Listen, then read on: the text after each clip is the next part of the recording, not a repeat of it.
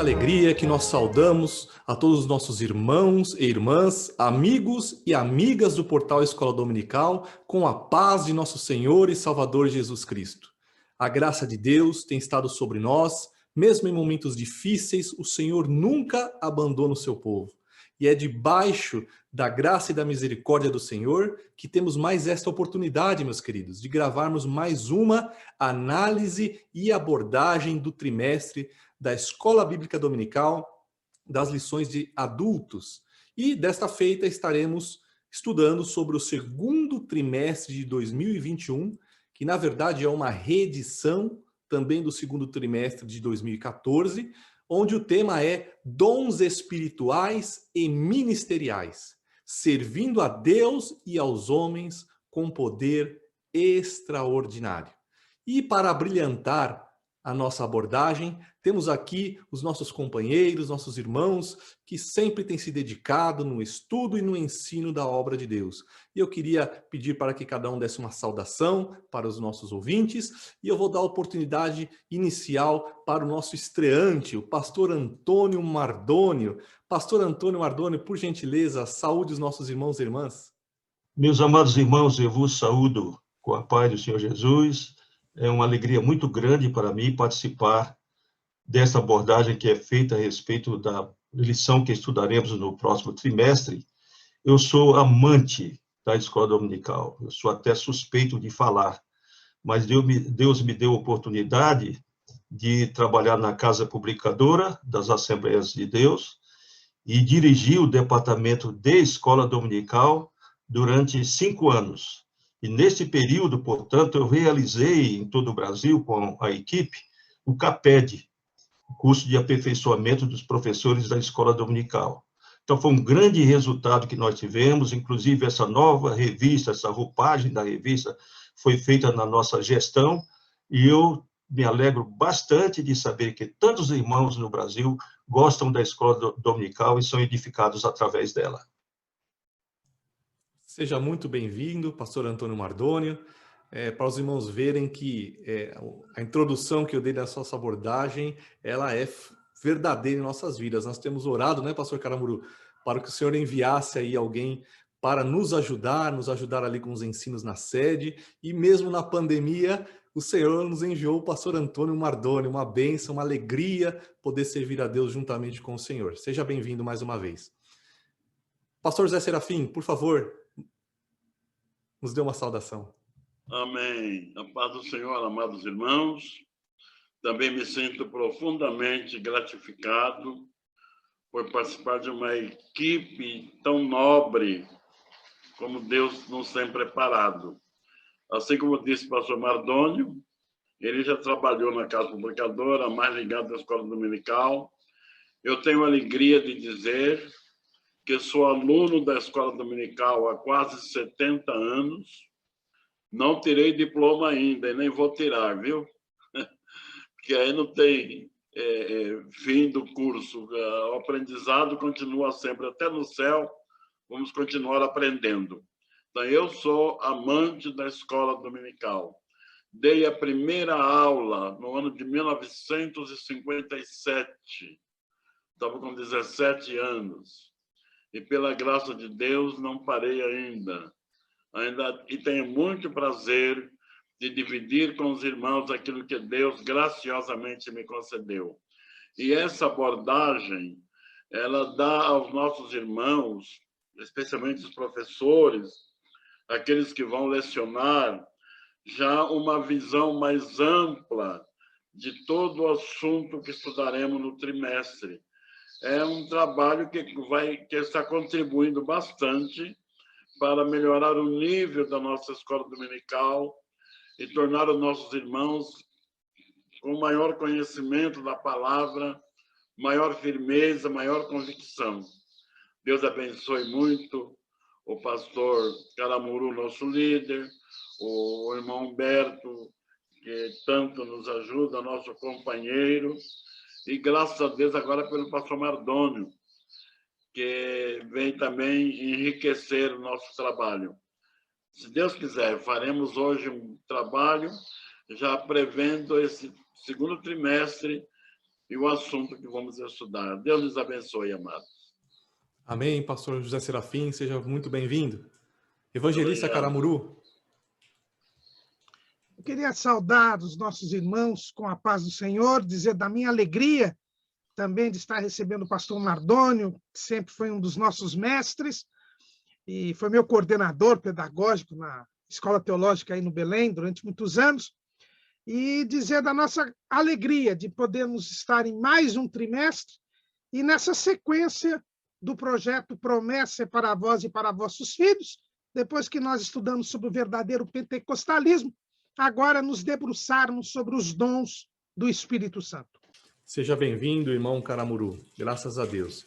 Meus queridos, já desde já eu quero agradecer o canal EBD em questão, ali sob a direção do pastor André, que sempre tem nos ajudado a fazer essas transmissões online. Muito obrigado, pastor André, que Deus continue abençoando o irmão, e nós sempre servindo a Deus juntos, aí um ajudando o outro aí na divulgação da palavra de Deus. É uma satisfação contar com a ajuda dos irmãos. E, meus queridos, o comentarista desse trimestre é o pastor Elinaldo Renovato de Lima. Eu vou aqui citar rapidamente as 13 lições. Nós estaremos estudando na lição 1, e deu dons aos homens. Lição 2, o propósito dos dons espirituais. Lição 3, dons de revelação. Lição 4, dons de poder. Lição 5, dons de elocução.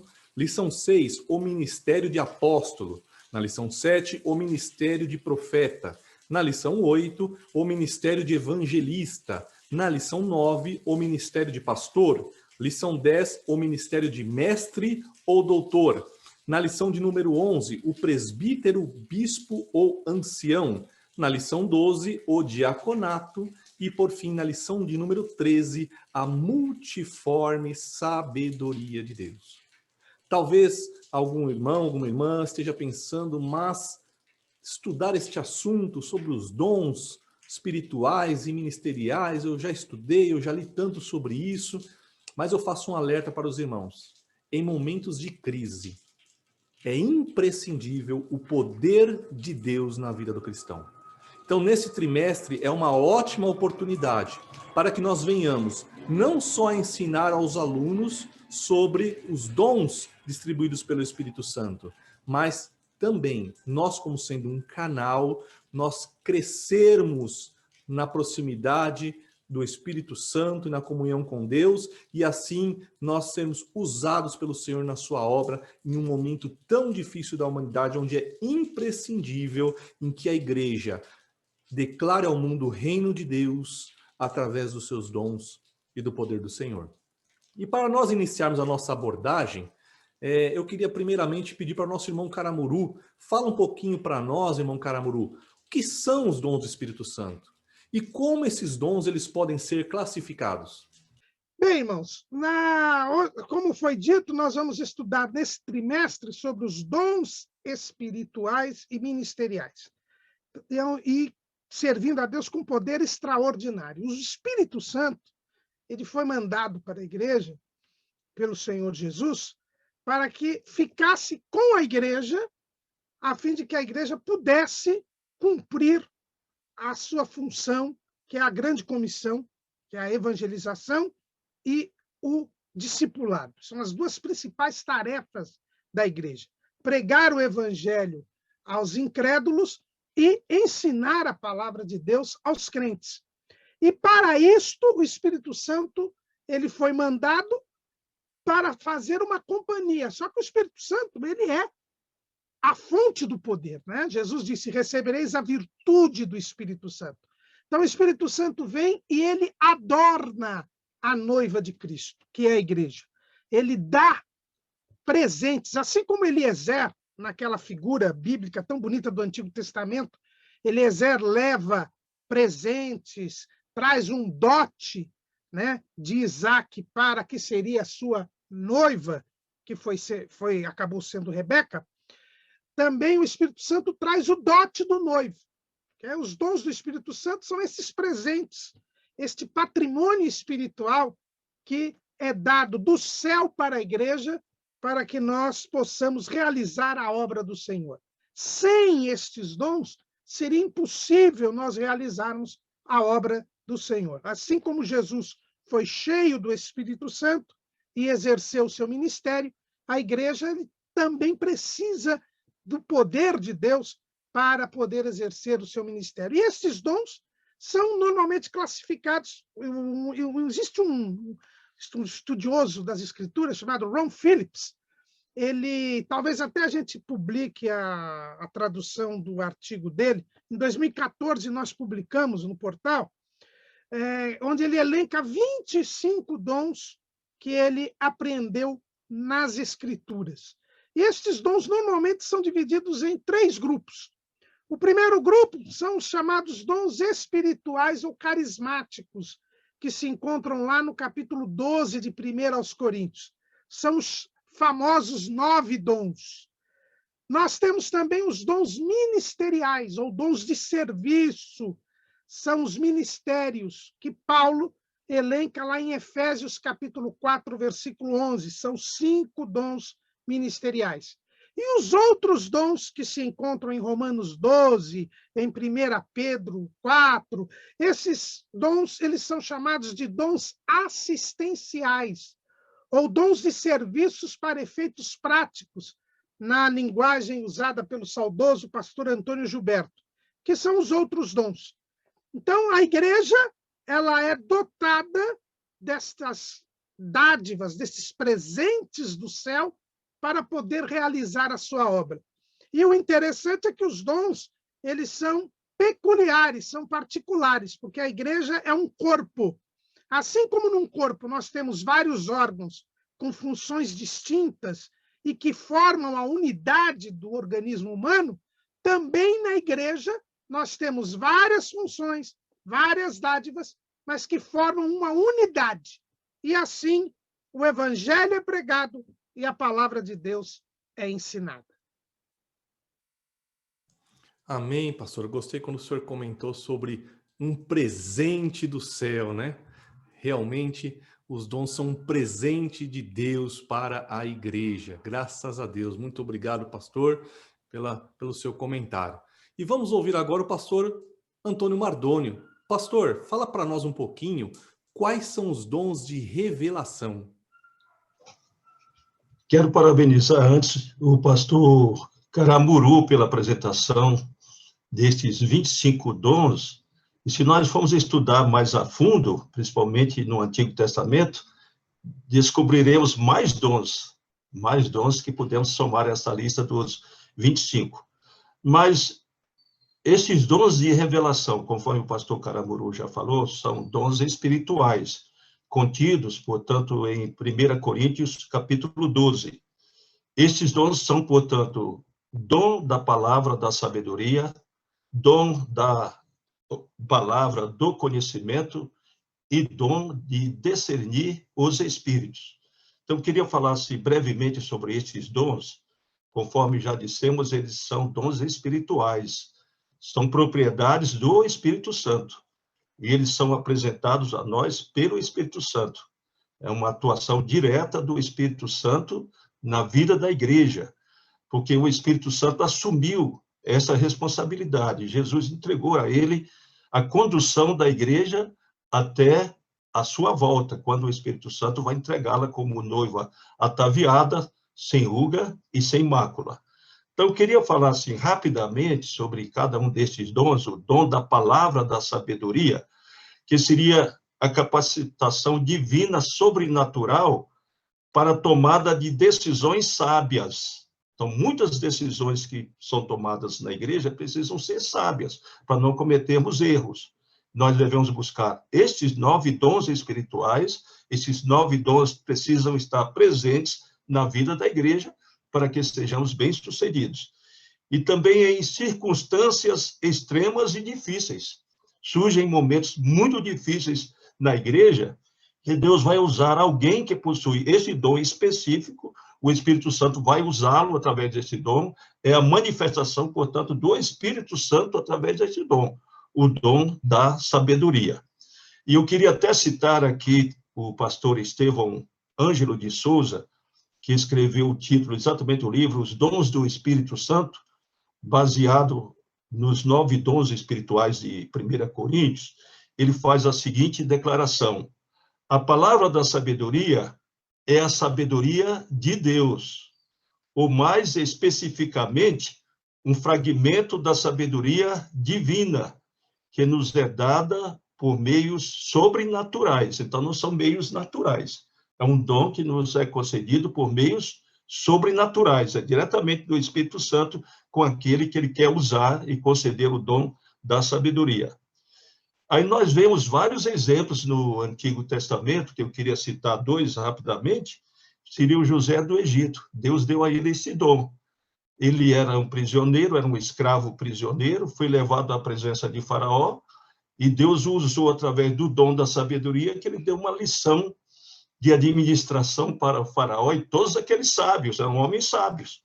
E Faraó disse, não há outro no nosso meio capaz de dar sequência a este trabalho que o moço apresentou. Ele é o homem escolhido.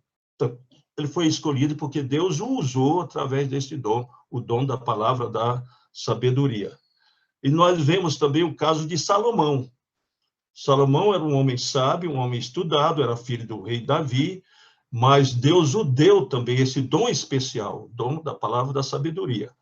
Quando ele foi julgar a causa daquelas 2 mulheres, que ele pediu uma espada para cortar a criança ao meio, ele queria ver exatamente a reação das mulheres.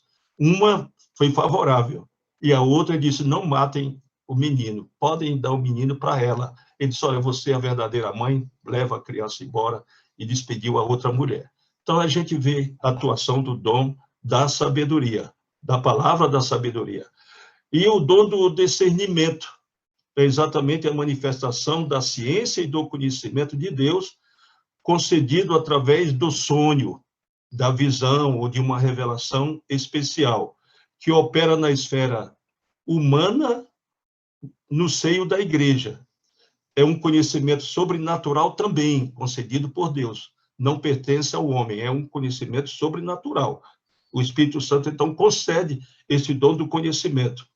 Não é uma adivinhação, nem uma tentativa de erro ou acerto.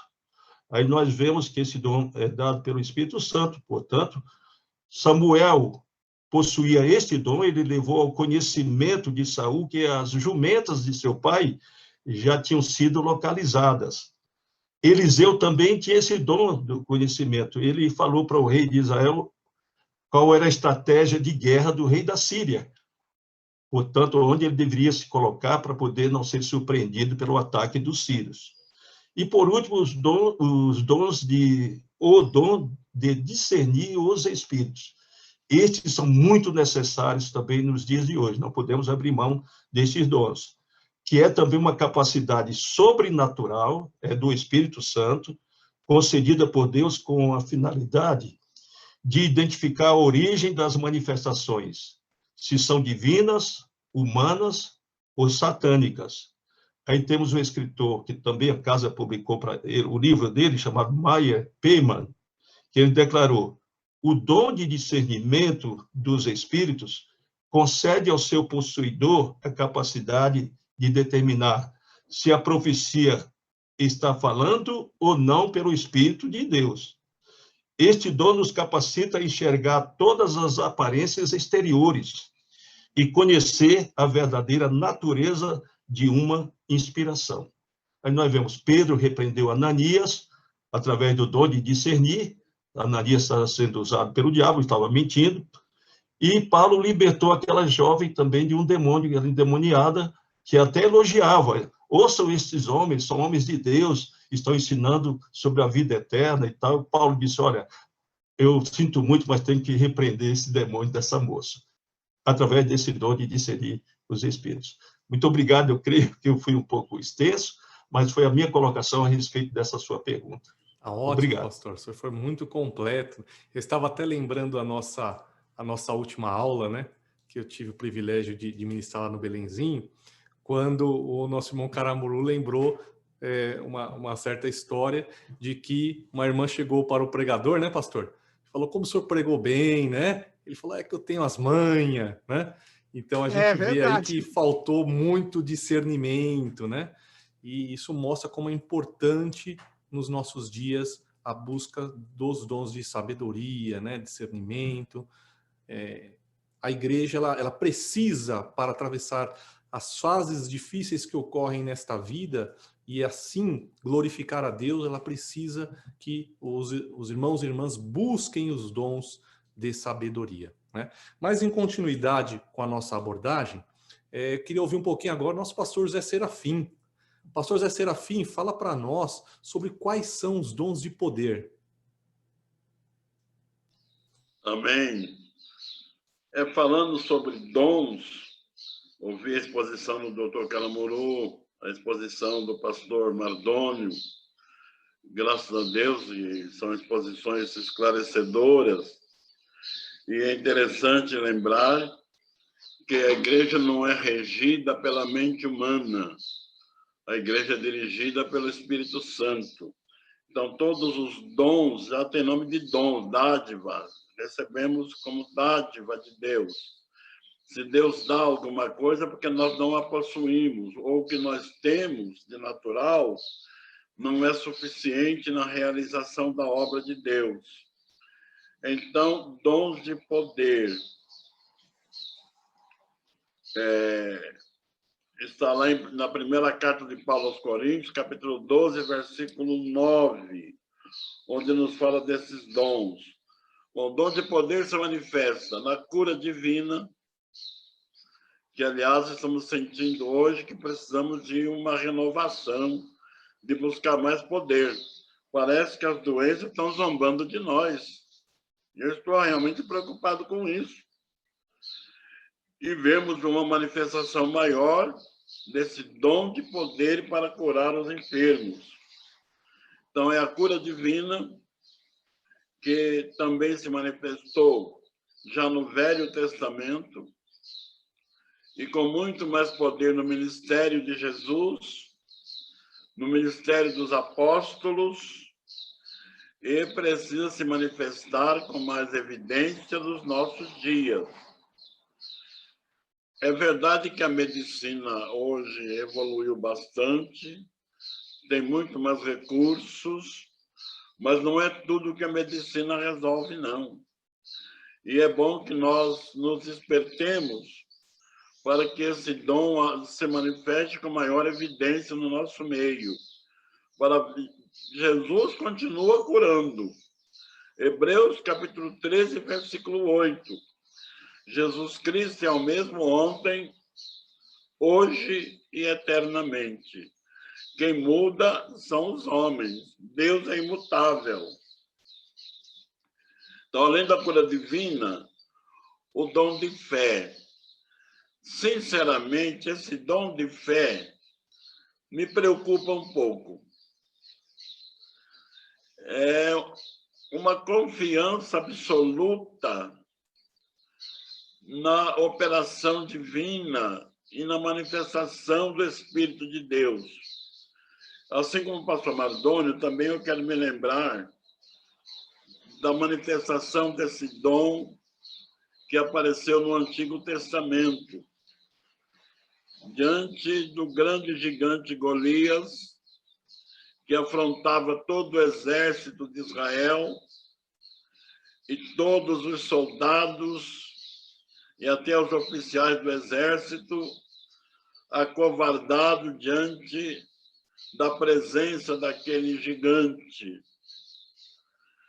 porque eles confiavam nas suas armas e confiavam apenas na sua estratégia, no seu poder de lutar. Mas havia um disparate entre um homem normal e o gigante Golias. Mas aparece o pastorzinho Davi, ele não era soldado ainda. Ele não tinha experiência de guerra, ele era um pastor. E, podemos dizer na nossa linguagem popular, era um caipira, um matuto, um homem do mato, vivendo atrás de um rebanho, cuidando das ovelhas.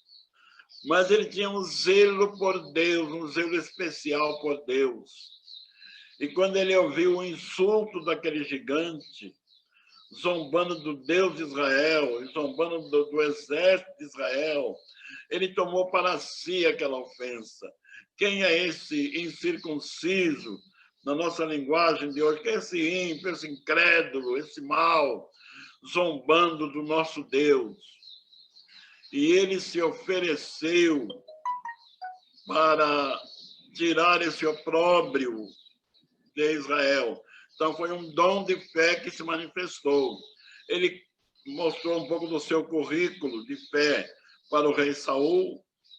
O rei Saul não tinha outra opção, aceitou que ele fosse. A princípio não acreditou, mas depois ele convenceu o rei Saul. Quando o gigante o viu, zombou dele. Você pensa que eu sou um cão para vir a mim com pau, com varas? Eu vou dar tua carne para as aves do céu e para as bestas feras do campo. E ele deu uma resposta de um homem de Deus. Você vem a mim confiado nas tuas armas, mas eu vou a ti em nome do Senhor dos Exércitos, a quem tu afrontaste. E todo mundo saberá que há um Deus em Israel. Apesar de ele estar com as armas mais poderosas, apesar de ele estar vestido de bronze, não ter um lugar que pudesse ser atingido, mas tinha um lugarzinho fraco lá. E Deus sabia onde estava aquele lugarzinho fraco. Quando Davi, na sua simplicidade, atirou a pedra, não foi a mira de Davi, mas a direção de Deus. Foi no lugar certo. Então, a fé se manifestou de maneira maravilhosa. Muitas vezes nós somos desafiados por alguma coisa que parece que não tem solução. E nós estamos sendo desafiados agora pela tal coronavírus. Estamos vendo a aflição do país com esse lockdown. Até muitos irmãos nossos já partiram para a eternidade. Nós estamos sendo desafiados, meus amados irmãos. Que esse dom de fé se manifeste agora e nós alcancemos uma grande vitória, porque não há vírus nenhum que suporte o poder do nosso Deus. Então, está aí uma das manifestações do dom de poder. E outra manifestação é o dom de maravilha. O que é maravilha? Maravilha, já o nome diz, é algo maravilhoso, não é comum. Vamos pensar no dom de maravilha, na cura de um doente, de um aleijado, por exemplo. No ministério de Jesus se manifestou. Jesus nunca operou da mesma forma, nunca repetiu uma forma de atender um necessitado. Um cego, Jesus fez lodo, passou nos seus olhos, mandou ele lavar e voltar vendo. Mas um outro cego, Jesus perguntou, o que você quer que eu te faça? Senhor, eu quero ver. Então vê, a tua fé te salvou. Imediatamente o cego viu. Esse é um dom de maravilha. Um leproso se aproximou do Senhor e disse, Senhor, se tu queres, bem pode limpar-me. Jesus disse, eu quero, fique limpo. Imediatamente a lepra desapareceu. Então, esses são dons de maravilhas, que continua em plena atividade. E nós temos desejo de ver a manifestação desses dons. Alguém que esteja moribundo, chega alguém cheio do Espírito Santo e diz, receba a vida em nome de Jesus. E esse moribundo recebe vida. Alguém que está doente, receba a saúde em nome de Jesus. A doença desaparece. Como foi Pedro e João lá na Porta Formosa com aquele coxo de nascença. Foi uma manifestação do dom de maravilha. Porque o homem tinha 40 anos de idade. Era coxo, pedindo esmola. Aí apareceu o dom de maravilha. Pedro foi sincero. Não temos prata, não temos ouro, mas o que temos nós te damos. Ele falou com convicção. Em nome de Jesus, o Nazareno levanta e anda. Ele deu a mão, os seus pés e artelhos se firmaram, ele se levantou. E interessante como Lucas foi minucioso. ao expor esse caso. Ele não saiu manquejando, não. Ele saiu saltando, correndo e gritando. Foi um dom de maravilha, um dom de maravilha. Então, está aí o dom de poder, se manifesta na cura divina, dom de fé e dom de maravilha. Queremos ver esses dons se manifestando com maior evidência. Graças a Deus, pastor Serafim, uma bênção. Muito obrigado pela sua explicação. E eu me lembrei aqui em certo ponto, né, do ensinamento do irmão, quando o irmão falou sobre o dom de curar, né? E às vezes a gente tem a tendência, né, a confundir um pouco. Hoje a gente tem a medicina, e a medicina ela pode fazer o quê? Ela pode só dar um remédio, né? Se a gente for lá no dicionário, o remédio ele é um auxílio, né? Sim. O remédio é somente um auxílio. Assim como a lei era para Israel um remédio para a cura que viria através de Cristo, né? Então a gente vê que somente Deus mesmo, pastor, é que pode curar e vem dele, né? Esse dom maravilhoso. E nós devemos nos policiar para ver se a gente não está buscando mais as coisas desse mundo do que a Deus, né? Porque Deus ele tem o poder e é o único que pode realmente trazer a cura para as enfermidades desse mundo, né? Muito obrigado, pastor José Serafim. Amém. Irmãos, dando continuidade à nossa abordagem, vamos aí a fechar aí a lista dos dons, né, espirituais, pedindo que o nosso irmão Caramuru fale um pouquinho para nós quais são os dons de elocução.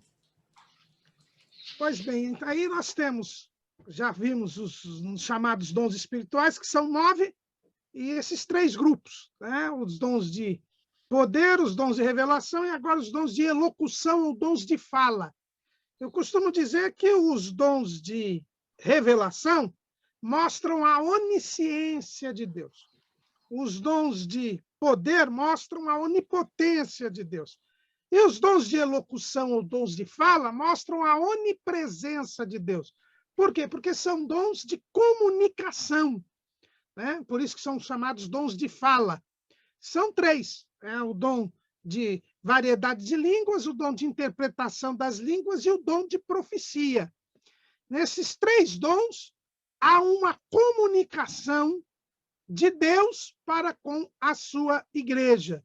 O dom de variedade de línguas, que é o dom mais disseminado na igreja, porque também é o dom mais buscado, né? Paulo diz que nós devemos buscar com zelo os dons espirituais, e nós notamos que os crentes buscam mais os dons de línguas para que todos tenham certeza de que eles são batizados com o Espírito Santo.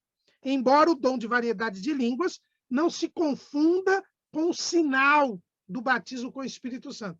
Toda pessoa batizada com o Espírito Santo fala em língua estranha, mas nem todo mundo tem o dom de línguas, né? O dom de línguas, o texto diz, variedade de línguas, são várias línguas que a pessoa fala, mas fala com Deus, do espírito dela para o Espírito de Deus. É uma comunicação que nós temos com Deus sem passar pelo nosso intelecto. E qual é o objetivo disso? É a nossa edificação com Deus. Veja que antes do pecado, toda viração do dia, Deus vinha falar com o primeiro casal. E eles ficavam edificados ao se comunicar com Deus. Isso é o que acontece hoje. Nós somos edificados pessoalmente, cada um de nós, quando temos este dom. Porque aí nosso espírito fala com o Espírito Santo e nós somos edificados. Nós somos robustecidos, fortalecidos espiritualmente. Quantas vezes estamos angustiados, abatidos, e em oração, em línguas estranhas, nós saímos dali fortalecidos. O problema continua, a dificuldade continua, mas nós estamos diferentes. Por quê? Porque fomos edificados pelo dom de variedade de línguas. Quando essa é uma edificação pessoal, aí nós vamos para o dom de interpretação. Quando a interpretação daquilo que é dito, e veja que a interpretação não é tradução, né? É uma interpretação. Às vezes, Deus quer que aquilo que nós estamos falando com ele em mistério seja do conhecimento da igreja. Então, a própria pessoa que fala, ou uma outra pessoa, pode interpretar, fazer conhecido aquilo que está sendo falado. E aquilo que era uma edificação pessoal se transforma numa edificação coletiva. Esse é o dom de interpretação de línguas. É por isso que o apóstolo Paulo diz que quando alguém estiver falando em línguas em meio a uma reunião, se ele notar que alguém vai interpretar ou ele mesmo, ele deve continuar falando, porque aí, então, a edificação será para a igreja. Mas se ele notar que não haverá intérprete, ele deve falar consigo mesmo, porque a edificação é só para ele e não para a igreja. Por isso, ele não tem o direito de atrapalhar o desenvolvimento da adoração coletiva. E, por fim, o dom de profecia. O dom de profecia já é uma mensagem de Deus para edificação, exortação e consolação, que já é dita diretamente na linguagem entendida pelo povo. Não confundamos o dom de profecia com dois outros episódios, dois outros fenômenos. Um é o ministério profético, que nós vamos falar ainda nesta abordagem. O dom de profecia, como todo dom espiritual, ele é de manifestação esporádica, naquele momento. Não, uma pessoa que tem um dom de profecia não profetiza toda hora, todo momento. Ela profetiza quando o Espírito Santo entende que há necessidade de haver ali, naquele momento, uma mensagem para edificar, consolar ou exortar o povo de Deus. Essa é a diferença entre o dom de profecia e o ministério profético. Ministério, como todo ministério, é algo regular, frequente. E também o dom de profecia não se confunde com o ofício profético.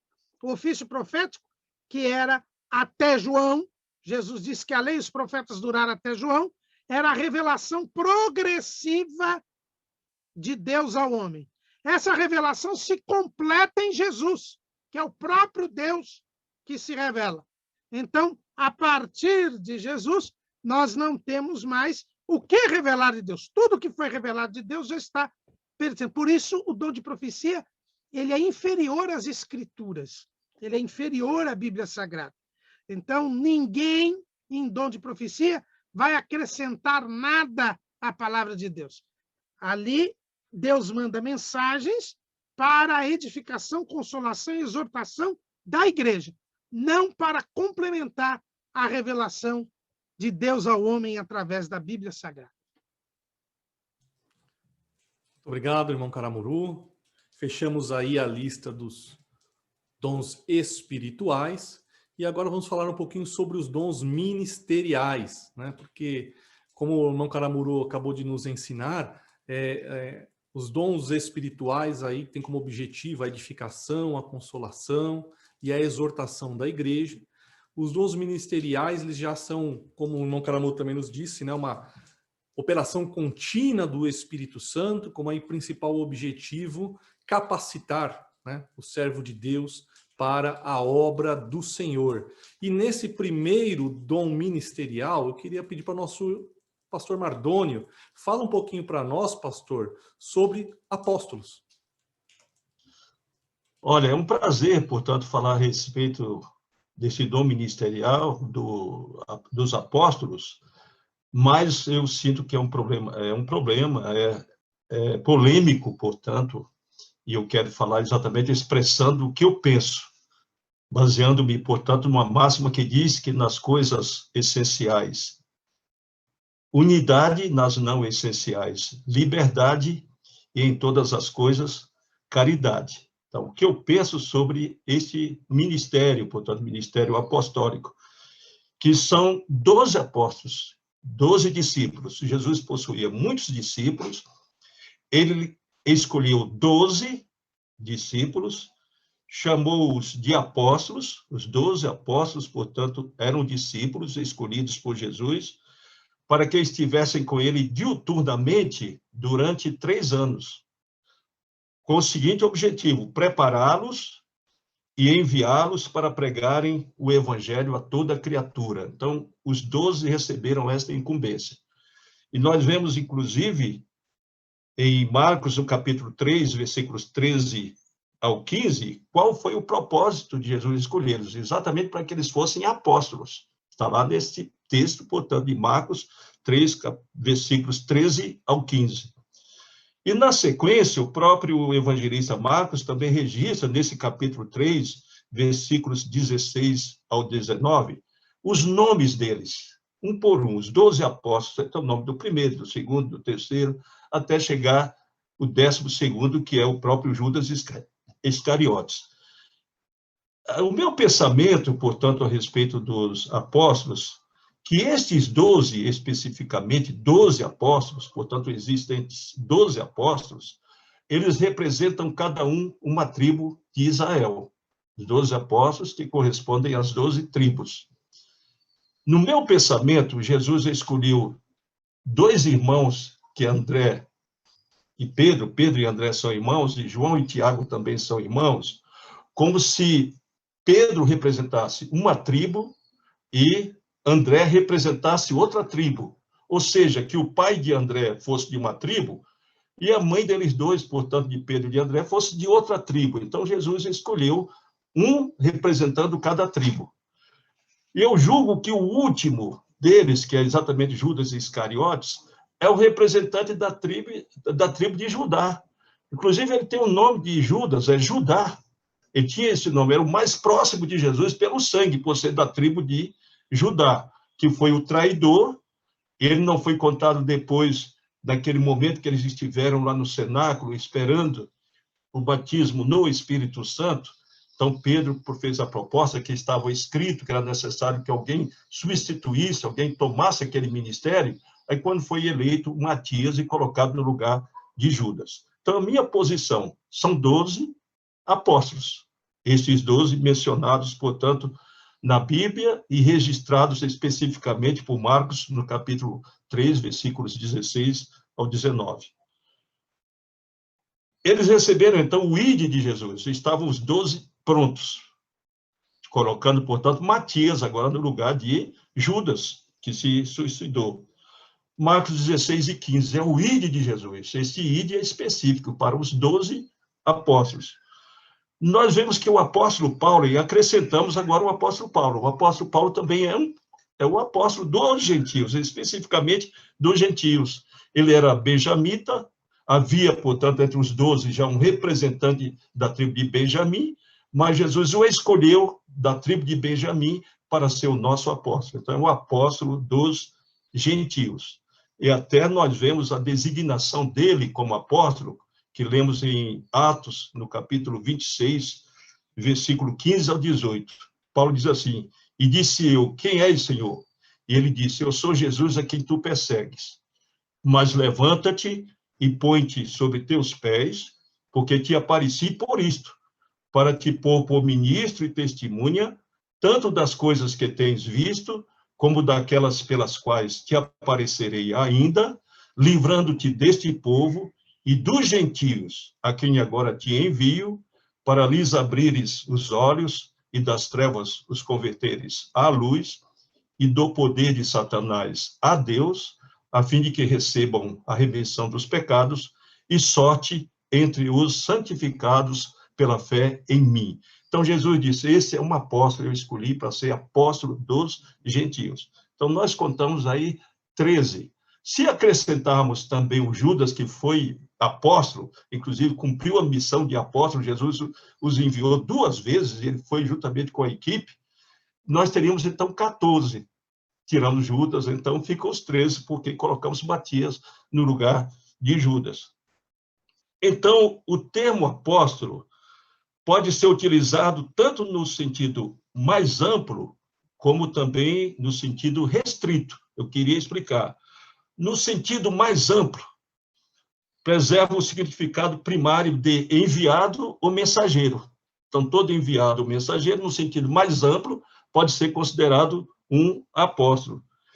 Indica certas pessoas que foram designadas a representar a causa de Cristo. Então, Barnabé, nesse sentido mais amplo, ele é considerado apóstolo. Silas, também nesse sentido amplo, apóstolo. Apolo, também outro apóstolo, mas no sentido amplo, não no sentido restrito. No sentido restrito, a limitação.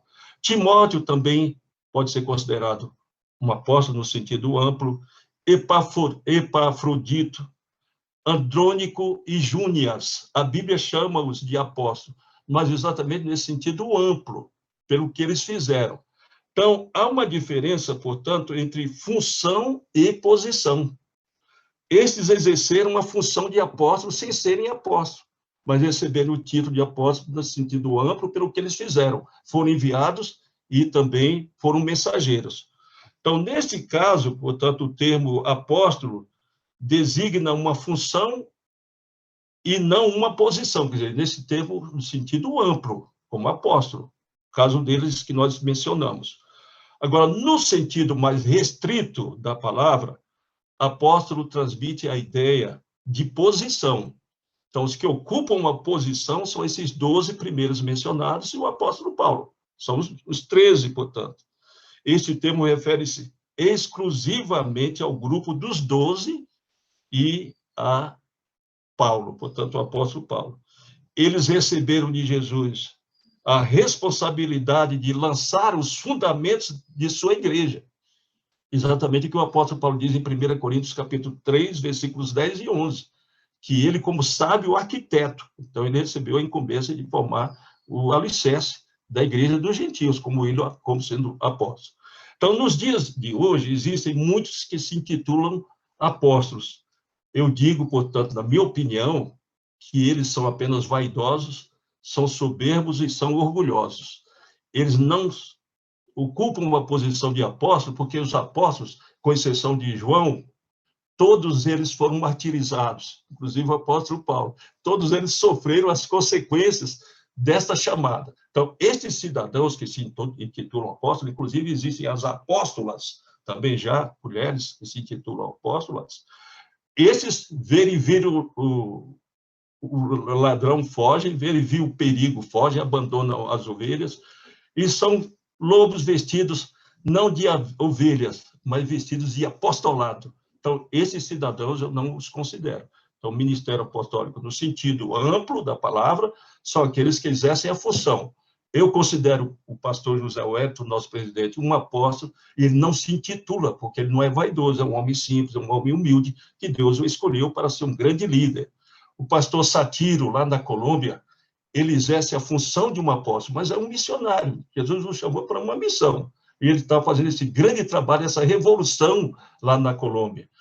Os dois fundadores da Assembleia de Deus, o Gunnar Wingren e o Daniel Berg, eu os considero também na função de apóstolos, não na posição, mas na função. São missionários, a igreja foi fundada pelos missionários, exerceram o ministério, portanto, como missionários, mas que os consideramos também apóstolos nessa função tão linda que é de enviado e de mensageiro.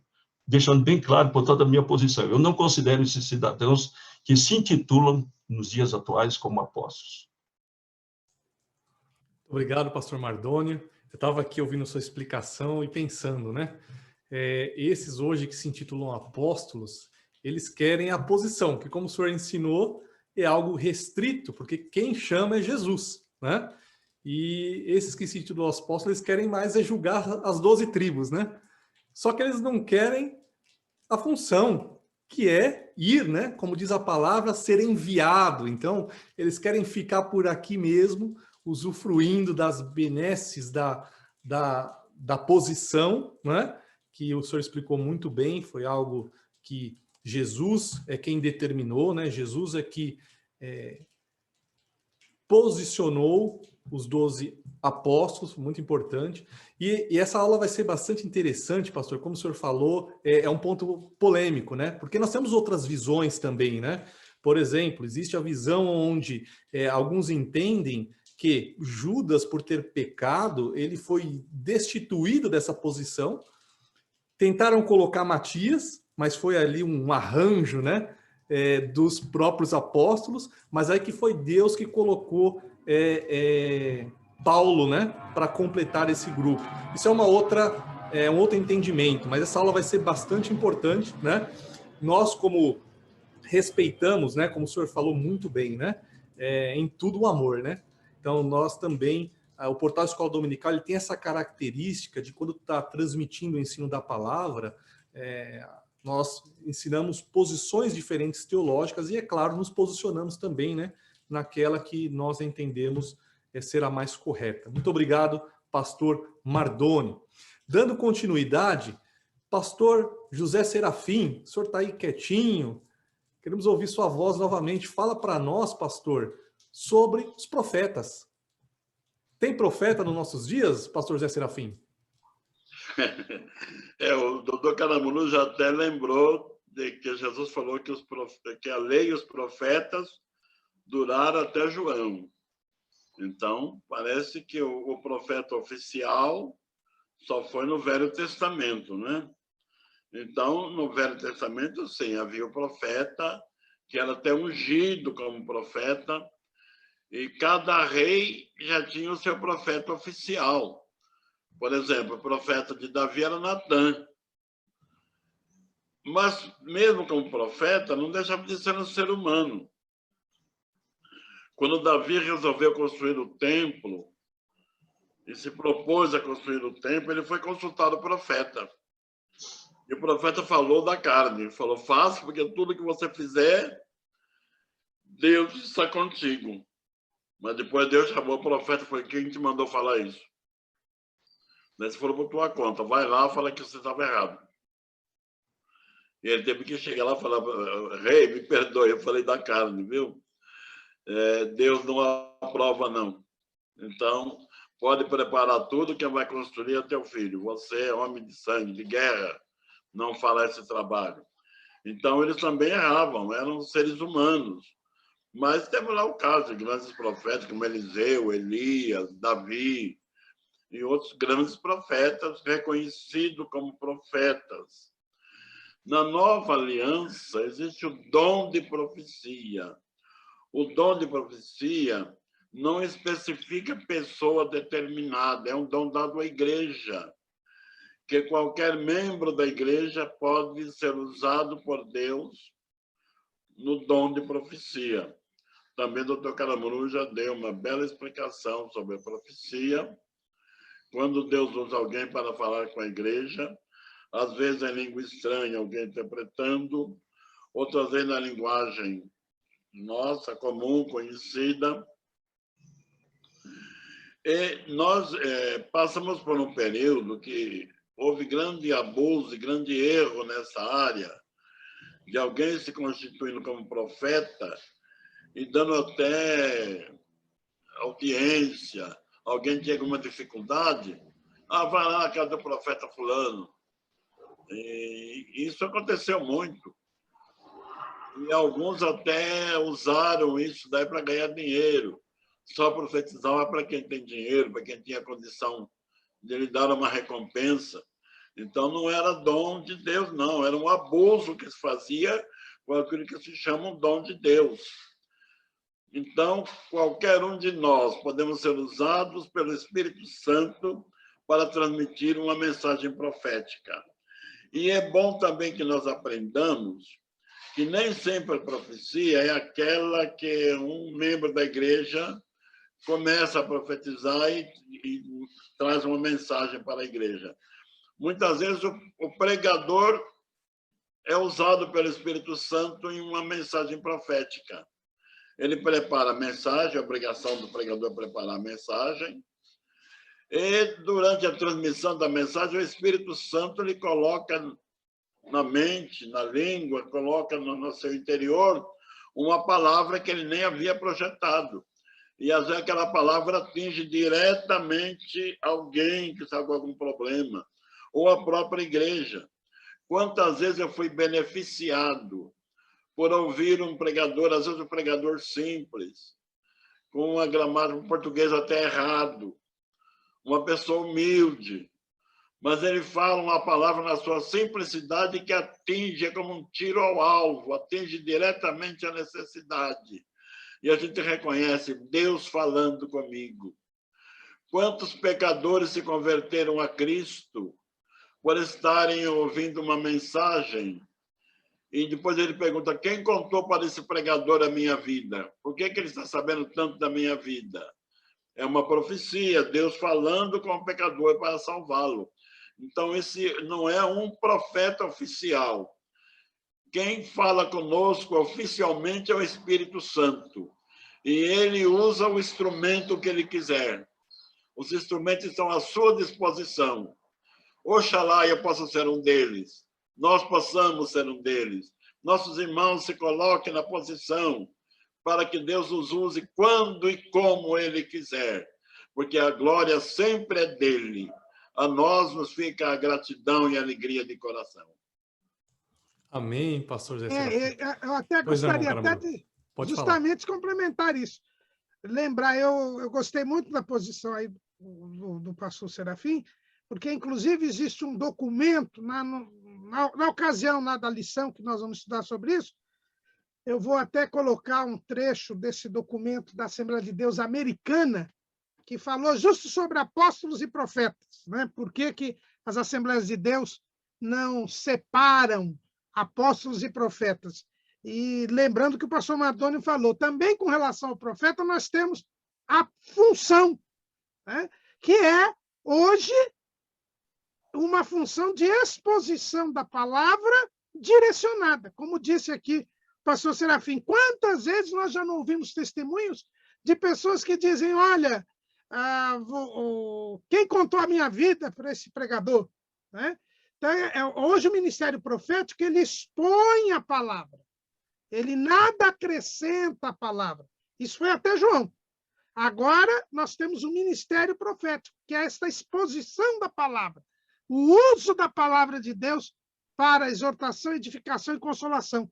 E a gente tem um exemplo na Bíblia do profeta Ágabo, né? O profeta Ágabo era um profeta que, inclusive, revelou coisas que iriam acontecer, uma fome no tempo de Cláudio, a prisão de Paulo, para mostrar que essas coisas que Deus faz não acrescenta nada à revelação escriturística. Exatamente. Existe essa confusão mesmo, né, irmãos, nos nossos dias, né? E eu tenho, assim, um pensamento para mim, queria dividir com os irmãos. Nós falamos aqui já hoje sobre o dom espiritual, né? Então, aquela revelação para edificação, para exortação e para a consolação da igreja. Nosso pastor Zé Serafim nos ensinou agora sobre o dom ministerial de profeta, que é a capacitação extraordinária na transmissão da profecia bíblica. E acontece situações aonde, por exemplo, um pregador, como vocês citaram, eles têm a capacitação do ministério profético e durante a pregação ele também pode ser usado no dom de profecia, no dom espiritual, né? Então aí é uma dupla capacitação. Então essa lição vai ser muito importante para que a gente esclareça bem isso, né? E que os nossos irmãos não sejam levados aí por falsas doutrinas bíblicas e a gente vê estragos terríveis acontecendo, né? Homens trazendo novas profecias, né? Que não estão nas escrituras sagradas e causando grande prejuízo para a obra de Deus. Muito obrigado, pastor Zé Serafim, também um comentário do nosso irmão Caramuru. E pedir para o irmão Caramuru continuar falando um pouquinho para nós agora sobre pastores e evangelistas. Agora nós... Eu gostaria de fazer um complemento, me permite? Claro, pastor, por favor. Pois não. Desculpe, doutor Caramuru. Nada, que é isso. No capítulo 13 de Atos dos Apóstolos, está escrito que na igreja que estava em Antioquia havia profetas e doutores. Me lembrei de poder explicar um pouco sobre isso. Não quer dizer que eram profetas oficiais, mas pessoas que eram usadas por Deus no dom de profecia. Quando Lucas usou ainda a linguagem que havia profetas, veja que era o início do Novo Testamento, e alguns costumes ainda do Velho Testamento ainda apareciam, o que foram desaparecendo à medida que começou a haver mais esclarecimento, mais ensino, então foram desaparecendo algumas expressões específicas do Velho Testamento. Então, parece que é o único lugar que fala que havia profeta na igreja. depois desapareceu, agora existe o dom de profecia. Muito obrigado, desculpe ter interrompido, meu irmão. Imagina, Nada, pastor. a pergunta é a sua até mesmo. Eu que interrompi, na verdade. Com relação a pastores e evangelistas, nós temos aí mais 2 dons ministeriais. Veja que é interessante. Como disse o pastor Mardônio, o apóstolo é aquele que é enviado, né? Aquela ponta de lança, aquele que começa a pregar o evangelho em lugares onde o evangelho é completamente desconhecido. Aí vem o profeta, trazendo mensagens de Deus para o povo, expondo a palavra ao povo, porque sem profecia o povo se corrompe. E aí, então, aí já existe um determinado povo. É bom lembrar que o apóstolo, e Paulo nos dá esse exemplo bem claro, eles nunca saía de uma cidade onde começava a abrir um trabalho sem antes dar um mínimo de ensino para aquele povo. Aí, quando ele saía, ele deixava alguém cuidando do povo. Aí nós já temos o pastor. O pastor é aquele que é designado por Jesus para apacentar o rebanho do Senhor, para dar alimento. Assim como o pastor, que era uma figura muito conhecida em Israel, né? O pastor dos animais, das ovelhas, principalmente, né? É aquele que cuida das ovelhas, que está ali no dia a dia das ovelhas, na vida das ovelhas, levando as ovelhas para a alimentação, para a sua sobrevivência. E é ele que protege as ovelhas e guarda as ovelhas e as conduz para o lugar onde ela pode ser alimentada. É isso que faz o pastor na igreja. O pastor é aquele que é constituído por Jesus para cuidar do rebanho. Lembrando, e Pedro, ele lembra bem os pastores que o rebanho é do Senhor. Tem muita gente aí que diz a minha igreja. A igreja é de Jesus. É Jesus quem dá pastores à igreja. Ele nunca dá a igreja para o pastor. E o pastor ele tem essa função de dar o sustento para as almas. É por isso que o pastor ele tem que ser um conhecedor da palavra, ele tem que ser alguém que alimenta o povo de Deus, que orienta o povo de Deus com a palavra de Deus. E o evangelista é aquela pessoa que prossegue o trabalho da igreja. Veja que o apóstolo abriu o trabalho, mas é preciso ganhar almas. O evangelista é aquele que dirige o trabalho da evangelização. Não pensem os irmãos que porque tem dom de evangelista, ninguém precisa evangelizar, só o evangelista. Não. A evangelização é um trabalho de todo crente, de toda a igreja. Mas o evangelista é quem dirige esse trabalho. É aquele que está à frente na busca do pecador.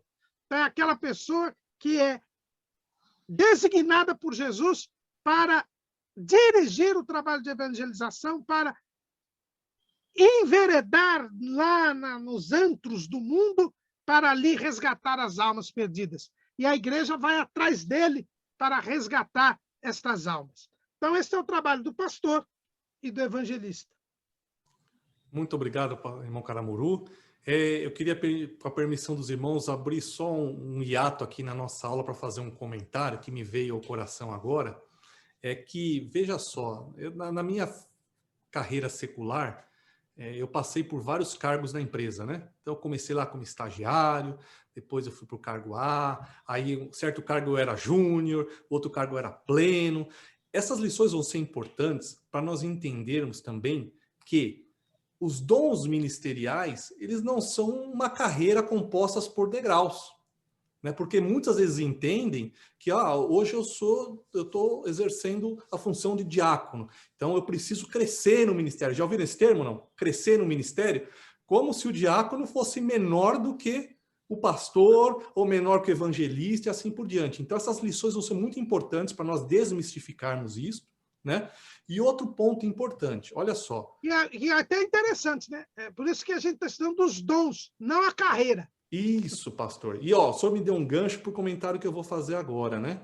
Que nós, como frequentadores da escola dominical, os irmãos que nos ouvem, nos assistem, professores e até mesmo alunos, estamos tendo todo o conhecimento necessário para exercermos função de pastor, de diácono, de evangelista. O conhecimento nós estamos adquirindo, mas o dom ministerial é uma capacitação extraordinária. Isso quer dizer que o conhecimento não faz com que nós sejamos aptos para se autodeclarar, se auto-intitular pastores, evangelistas, os diáconos, assim por diante. Porque a capacitação, e quem escolhe, é Deus.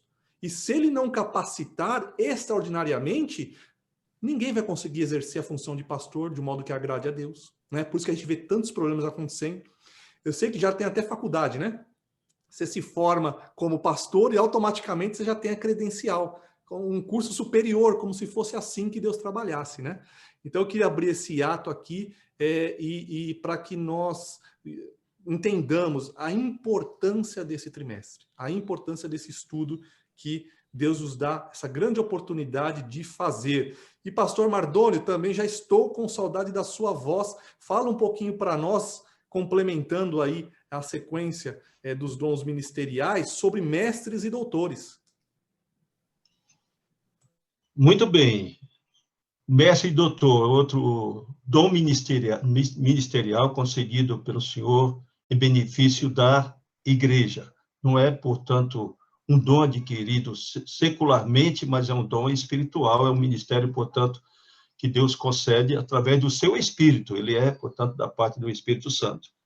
O termo deriva-se do grego didaskalos, de onde vem esse termo, que significa instrutor, doutor ou mestre. Exatamente, é uma pessoa, às vezes simples, como falou o pastor Serafim, pessoas humildes, que Deus deu a ele esse dom de ensinar. E nós vemos até médicos, engenheiros, pessoas que possuem cursos superiores, ouvindo aquele irmão tão simples, fala o português com muita dificuldade, a nossa língua, mas são edificados pela mensagem que ouviram. E até aceitam a Jesus por causa daquela mensagem. Portanto, Deus o usou como verdadeiro mestre. Nós julgamos, portanto, que a principal atividade do mestre é cuidar do ensino fundamental da Bíblia. O ensino fundamental. Então, as pessoas são instruídas e elas são orientadas, portanto, por aquele mestre, que nós chamamos também de doutor ou instrutor. Eu tive o privilégio de conhecer 2 mestres na Assembleia de Deus, um aqui no Ministério de Madureira, chamado Pastor Jaime. O Pastor Jaime era um homem rude, portanto, era um homem indouto, e ele era pintor de paredes. A profissão dele era de pintor de paredes. Mas, irmão, quando ele ensinava, Deus o usava através do dom, era um mestre. Esse homem era chamado para todas as igrejas e ministrava o ensino da palavra de Deus. Todo mundo gostava de ouvir o pastor Jaime, e já dorme no Senhor. O segundo, eu convivi com ele 15 anos, estivemos juntos 15 anos, trabalhamos juntos 15 anos na Casa Publicadora, congregamos juntos 15 anos na mesma igreja, na Assembleia de Deus, Ministério de Cordovil, o pastor Antônio Gilberto. O pastor Antônio Gilberto, ele recebeu o dom específico, o dom ministerial específico de mestre. Nós tivemos, então, na nossa denominação, um grande mestre, que foi o pastor Antônio Gilberto, conhecido em todo o Brasil. Ele foi, portanto, o organizador da escola dominical, ele revolucionou a escola dominical na década de 70, quando ele assumiu a responsabilidade de organizar o departamento na Casa Publicadora. Nós devemos muito a ele como mestre. E um homem muito simples, muito humilde. Nós convivemos, como eu disse, 15 anos ao lado dele. E interessante que eu era vice-presidente do ministério, e o presidente teve que se ausentar 2 vezes, teve que se licenciar 2 vezes da presidência por causa da saúde dele. E eu assumi as 2 vezes a presidência. E eu até senti, assim, uma compaixão do pastor Antônio Gilberto, por que ele nunca dirigiu uma congregação do ministério? Nós tínhamos tantas igrejas lá no Rio de Janeiro, e eu o chamei na função de presidente interino, que eu queria colocá-lo na direção de uma congregação. Pastor Antônio Gilberto, eu quero permitir que o senhor assuma a direção de uma congregação. E ele riu e disse: pastor Mardoni, não faça isso comigo. Se o irmão me der uma congregação, eu fecho em 30 dias. A congregação fecha 30 dias, porque o meu dom é de ensinar, o meu dom não é de pastorear. Eu tenho o título de pastor, eu me sinto honrado por esse título, eu fui ordenado a pastor pela convenção, tenho a credencial de pastor, mas eu não sou pastor, eu sou mestre. Se o irmão me der uma congregação, eu vou acabar com ela em 30 dias. Exatamente, é um homem que a gente tinha prazer de ouvir, um grande prazer. Era um verdadeiro pedagogo, portanto, utilizava a didática, Deus dá a didática dele, uma didática espiritual, para que aquele mestre ensine, e ele vai numa sequência lógica, ele vai encadeando o assunto, e a gente vai se alimentando, e a gente gosta demais. Então, é um prazer a gente ouvir o mestre, mas ele não é um mestre porque ele se formou, porque ele fez mestrado, porque ele fez doutorado. Ele é um mestre porque foi escolhido pelo Espírito Santo para exercer esse ministério, o ministério de mestre, de ensinador. Ele ensina, portanto, o fundamento da Bíblia para aqueles que não entendem a Bíblia e vão ser bem esclarecidos. Então, os mestres são aqueles que possuem um dom especial para esclarecer, expor e proclamar a palavra de Deus, a fim de edificar a Igreja de Cristo, conforme declara Donald Stamps, foi outro também escritor da Casa Publicadora. Ele disse: o propósito principal do ensino bíblico é preservar a verdade e produzir a santidade, levando o povo de Deus a um compromisso com o modo piedoso da vida segundo a Bíblia Sagrada. E ele acrescenta: Jesus é o maior exemplo de mestre a ser seguido. Jesus, portanto, considerado o mestre dos mestres, ele capacita, portanto, muitos irmãos mestres, torna-os mestres na simplicidade deles, na função que eles exercem profissionalmente, mas que nos ensinam e nós ficamos encantados em ouvi-los. A função, portanto, do mestre não é desvendar aquilo que ninguém descobriu, mas clarificar o que foi preservado na Escritura e expor o sentido do texto. Dessa forma, a igreja cresce, fundamentada na verdade, e consegue resistir às sutilezas heréticas que sempre tentam se infiltrar em nosso meio. Este dom ministerial é concedido exclusivamente pelo Espírito Santo. Não é adquirido nos seminários e nem nos institutos bíblicos, mas é dádiva de Deus para a edificação da noiva do Cordeiro.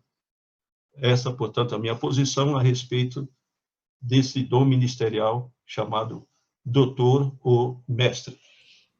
Muito obrigado, pastor Mardoni. Uma bênção aí dividir conosco essa experiência que o senhor passou com o pastor Antônio Gilberto. Muito interessante, muito enriquecedor e nos ajuda a compreender de maneira mais clara este dom ministerial. Irmãos, estamos chegando já na parte final de nossa abordagem e eu queria pedir para o nosso pastor José Serafim falar um pouquinho para nós sobre o presbítero, ancião ou bispo, pastor José Serafim.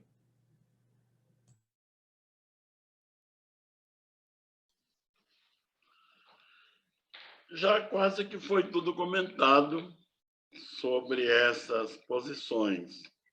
O que eu analisei durante a semana sobre esses assuntos, quando fala aqui sobre pastor, presbítero, ancião e bispo.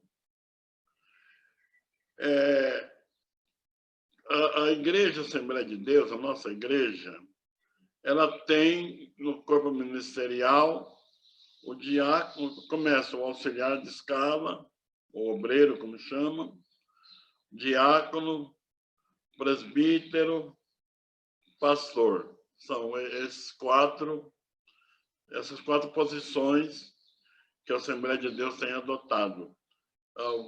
Algum lugar da Assembleia de Deus tem alguém que chama de bispo, mas parece que não é oficial das Assembleias de Deus.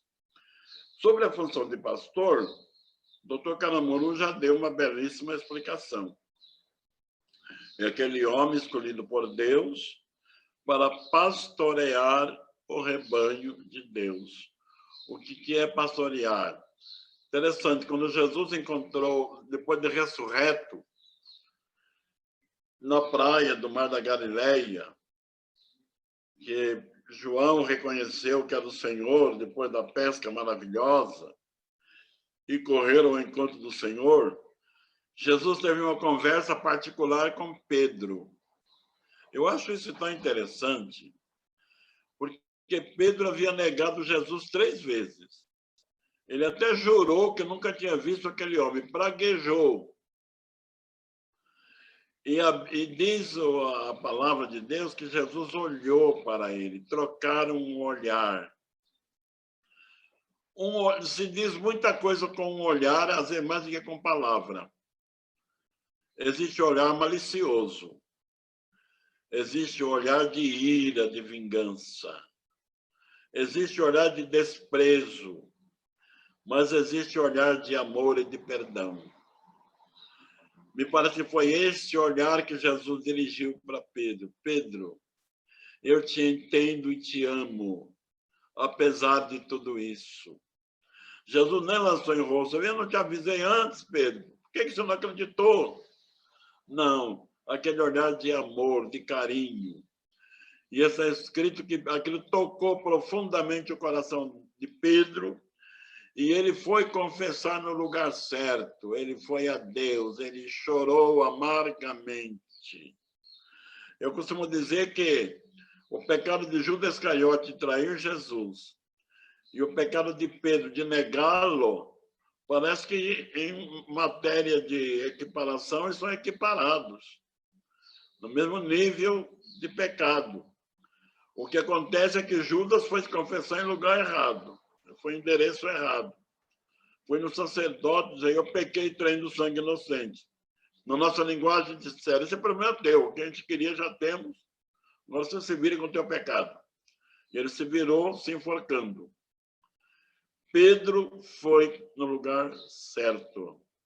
Ele confessou a Deus e alcançou de Deus o perdão. Agora, na praia, Jesus ressuscitado, ele teve uma conversa especial com Pedro, não é? Parece que Jesus colocou os olhos nele e disse, Pedro, você me ama? Eu te amo, Senhor. Pergunta a segunda vez, você me ama, Pedro? Senhor, tu sabes que eu te amo. E a terceira pergunta, Pedro, você me ama? Aí João diz que Pedro se entristeceu por Jesus perguntar 3 vezes. Parece que Jesus não está acreditando que eu amo. Senhor, tu sabes tudo, tu sabes que eu te amo. Entre linhas, o que ele queria dizer? É verdade que eu te neguei, Senhor, 3 vezes, mas foi uma fraqueza minha. Eu caí, eu errei, mas eu achei que não tinha mais o que fazer, mas eu te amo. Então, se você me ama, apacenta o meu rebanho. Então, a condição para ser pastor é amar a Jesus. Quem ama Jesus, ama as suas ovelhas. E apacentar a ovelha não é tão fácil, não. Aquela ovelha rebelde, que tenta se desviar do rebanho, Jesus disse que o bom pastor coloca ela no ombro. Às vezes ela vai dando patada no ombro do pastor. Mas o pastor a leva com carinho. E interessante, quando o pastor encontra a ovelha desgarrada, ele não repreende ela. Bem feito, ovelha rebelde. É isso que você merece. Agora eu te socorro, da próxima vez te deixo morrer. Não, o pastor nunca fez isso. Ele pega a ovelha, sara as suas feridas, coloca num lugar de segurança no seu ombro e a coloca outra vez no redil. Então, a função de pastor é delicada. Eu já disse algumas vezes, e quero repetir, que eu não sentaria na cadeira do pastor José Wellington 10 minutos. É uma responsabilidade muito grande. Mas a gente olha para aquele homem de Deus e está sempre sorridente, sempre simpático, sempre atencioso, com aquela calma, aquela paciência. Quer dizer, ele tem o dom de pastor. Deus lhe deu esse dom. E ele pastoreia a igreja com amor. Então, isso é um dom de Deus. A igreja não pode ser dirigida por mente humana. Com todo o respeito que tenho pelas igrejas tradicionais, onde exige do pastor um curso, uma formação acadêmica de pastor, o que não é acadêmico é chamado de dirigente leigo. É bom estudar, eu não sou contra estudar, mas nunca colocar no conhecimento humano, depositar nele a sua confiança. Se Deus não der, é tudo vazio, é tudo oco, nada resolve. Então, estudar é bom, sou partidário de quem estuda. Eu não me formei porque problemas mais que não me convém citar agora, mas sempre gostei de estudar. E apoio quem quer estudar. Agora, estamos vendo hoje muitos garotos que fazem um cursinho de teologia, às vezes um curso rápido, né, extensivo, colocam um anelão e vai nas igrejas e faz questão que todo mundo veja o anel que ele tem de pastor, de doutor, de formado. E, às vezes, quando abre a Bíblia, infelizmente, não tem nada. Então, quando Deus dá o dom, é o dom dado por Deus. Agora, vamos zelar pelo dom que Deus nos deu? Vamos zelar. Vamos estudar a palavra.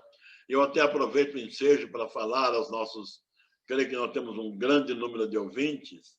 Eu não sei como que tem alguém que é professor de escola dominical, alguém que é obreiro, alguém que está na obra de Deus e que não leu a Bíblia ainda. Se você não leu a Bíblia, vai ensinar o quê?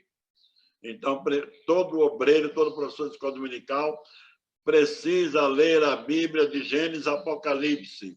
Não uma vez só. Ler e reler e viver lendo a palavra, comer, dormir meditando, acorda meditando, fala dela andando pelo caminho, sentado na tua casa, deitado na tua cama, viva intensamente a palavra para ter subsídio para distribuir para os irmãos. Então, esse me parece que é o trabalho do pastor. Presbítero e ancião é a mesma coisa, é a mesma posição. A nossa igreja tem o cargo de presbítero, não tem de ancião. É a mesma coisa. Então, na minha visão, o presbítero ou o presbitério da igreja são pessoas idôneas que estão aí para auxiliarem o pastor. E nas suas funções, o pastor precisa de auxiliares. Então, são os presbíteros, anciãos da igreja que estão auxiliando o pastor. E o bispo, o nosso pastor José Wellington Bezerra da Costa, ele podia muito bem ser chamado de bispo, porque bispo é o chefe de pastores. E quantos mil pastores estão sob a chefia do nosso pastor José Wellington Bezerra da Costa? Alguém até já lhe disse que ele devia ser bispo. E como já disse o pastor Mardona, ele é um homem humilde, ele disse, não, Jesus me chamou para ser pastor, não para ser bispo. Então ele continua com o nome de pastor.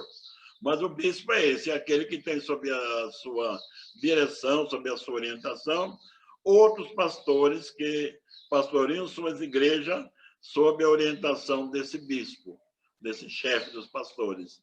Então, e também é bom nós sabermos que a hierarquia ministerial não pode se confundir com hierarquia militar. O soldado, quando recebe sua divisa, passa a ser cabo, o soldado tem que fazer continência para ele. E assim o sargento, e assim o oficial, e assim por diante. Na igreja é diferente. Ninguém fala, não, eu agora sou diácono. E alguns já dizem, irmão, não, pastor. Pastor também é irmão, porque se não for irmão, não pode ser pastor. Então, não confundamos hierarquia espiritual, hierarquia eclesiástica com hierarquia militar. Todos são úteis na obra do Senhor, e a igreja precisa de todos eles. Quanto mais alta a tua posição, seja mais humilde, que Deus te usará mais ainda. Amém? Amém, pastor Zé Serafim. Essas últimas palavras me fez lembrar, né? Quem quiser ser o maior, seja o menor. E o menor é o servo, né? Então, não há melhor cargo na obra de Deus do que o cargo de servo. Né? Muito importante. Muito obrigado, pastor Zé Serafim. E para finalizar a nossa abordagem, eu queria que nosso irmão Caramuru falasse sobre o último dom ministerial, sobre os diáconos. Bom, aí sobre a função eclesiástica, né? Que, na verdade, É, a gente vai estudar isso. os dons espirituais, os dons ministeriais, e depois as duas funções eclesiásticas, né? Que é presbítero e diácono. O diácono, a palavra diácono quer dizer servidor, é aquele que serve. O diaconato ele surge na igreja no capítulo 6 de Atos, lá em Jerusalém, quando os apóstolos não estavam dando conta do trabalho de assistência social da igreja.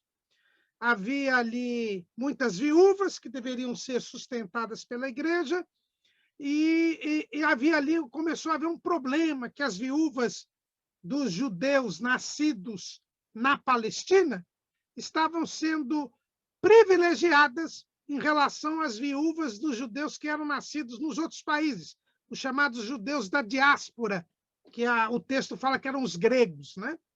Então, a igreja de Jerusalém, naquele momento, só tinha judeus. Então, quando fala gregos, eram os judeus que eram nascidos fora de Israel. E, como eles não estavam dando conta desse trabalho material importante na igreja, eles, então, constituíram 7 homens cheios do Espírito Santo que tratassem destes assuntos materiais da igreja. Aí surgem os diáconos. Veja que, embora eles estivessem tratando de assuntos materiais, os requisitos para que eles exercessem esta função eram espirituais. Como disse o pastor José Serafim, e como disse também o pastor Mardônio nessa abordagem, a igreja dirigida pelo Espírito Santo, é o Espírito Santo quem coloca estas pessoas nas posições na igreja. Então, veja que mesmo para assuntos materiais, os requisitos eram espirituais. Os diáconos deviam ser homens cheios do Espírito Santo. Isso são pressupostos para o diaconato. Paulo, depois, lá em 1 Timóteo, capítulo 3, traz outros requisitos para o exercício do diaconato. Deviam ser pessoas que tinham um bom testemunho diante da igreja, pessoas que deveriam ser provadas antes de serem separadas ao diaconato, que fossem conhecidas de toda a igreja, pessoas que fossem maridos de uma mulher, pessoas que estivessem, fossem honestos, não tivessem uma língua dobre, não fossem cobiçosos de torpe ganância e que fossem bons pais de família. Então, tudo isso são requisitos para o exercício de funções materiais. O diácono, e hoje nós temos uma distorção, como disse o nosso presidente, o professor Humberto, hoje se vê o diaconato como o primeiro degrau de uma carreira eclesiástica. E não é isso. O diácono é alguém que tem que estar ali a serviço das funções materiais da igreja. O pastor Serafim sabe muito bem o que é ser diácono, que ele foi diácono muitos anos. Aliás, vou contar aqui um segredo, ele chegou até a ser desconsagrado diácono, né? E ele sabe muito bem que é diácono. E ele, uma vez, lá, quando ele foi desconsagrado diácono, mas o deixaram como professor da escola dominical, ele até disse para o pastor presidente na época, dizendo, mas diácono cuida das coisas materiais da igreja, né? Então, o diácono hoje ele está sendo subutilizado na igreja, né? A gente vê hoje o diácono como aquele que recolhe oferta e aquele que distribui a ceia, né? Mas não é só isso que o diácono deve fazer. Na verdade, o diácono ele deve estar atento a todas as atividades materiais da igreja, desde a arrumação dos bancos, dos assentos na igreja, como a própria assistência social da igreja, né? Todos os assuntos. E hoje nós temos visto que os pastores, que os discípulos diziam lá, os apóstolos diziam que tinham que se dedicar principalmente ao ministério da palavra e à oração, hoje os pastores estão aí encarregados em demasia de assuntos materiais, quando poderiam delegar isso aos diáconos. Foi para isso que os diáconos foram constituídos. Amém, pastor. Muito obrigado pela sua explicação. Meus queridos, nós estamos terminando mais esta análise e abordagem. Queria agradecer a todos os irmãos, a dedicação, o tempo dos irmãos. Deixar aqui um recado especial. Os irmãos vão ver aqui no rodapé do vídeo os contatos do pastor José Serafim. Nós sabemos que o pastor José Serafim, escritor, tem livros aí maravilhosos sobre Apocalipse, sobre o livro de Daniel, Deus na família, uma série de compêndios aí que vem a engrandecer o nosso conhecimento espiritual. E os irmãos vão ver os contatos do pastor José Serafim. O e-mail dele, pr.jserafim@yahoo.com.br, e o telefone também, os irmãos poderão pelo WhatsApp ali encomendar também os seus livros. É 011 98785 7978. Falei certinho, pastor Serafim? Amém, graças a Deus.